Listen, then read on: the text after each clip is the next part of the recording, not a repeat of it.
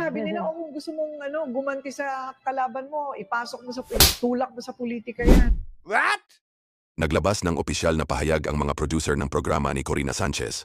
Aminado silang may mga bayad na interview para sa mga negosyo, produkto, personalidad, kumpanya o politiko. Giit nila, dumadaan ito sa tamang proseso at may katumbas na resibo, katulad ng karaniwang advertisement. Mariin nilang itinanggi na mayroong 10 milyong piso na binayad para sa nasabing panayam. Anila, iresponsable ang paratang at malinaw na nakasisira sa reputasyon ni Sanchez. Dahil dito, pinag-aaralan na nila ang pagsasampa ng kasong cyber libel. Si Mayor Vico Soto ay matagal nang kilala bilang simbolo ng good governance. Kinilala siya ng lokal at internasyonal ng mga institusyon dahil sa kaniyang kampanya laban sa korupsyon, pagiging bukas sa kritisismo, at pagtutok sa serbisyong direkta para sa mga Pasigueño. Dahil dito malaki ang tiwala ng taumbayan sa kaniyang pamumuno. Sa gitna ng palitan ng akusasyon, isang paalala ang muling umalingaw-ngaw mula sa batas at katarungan.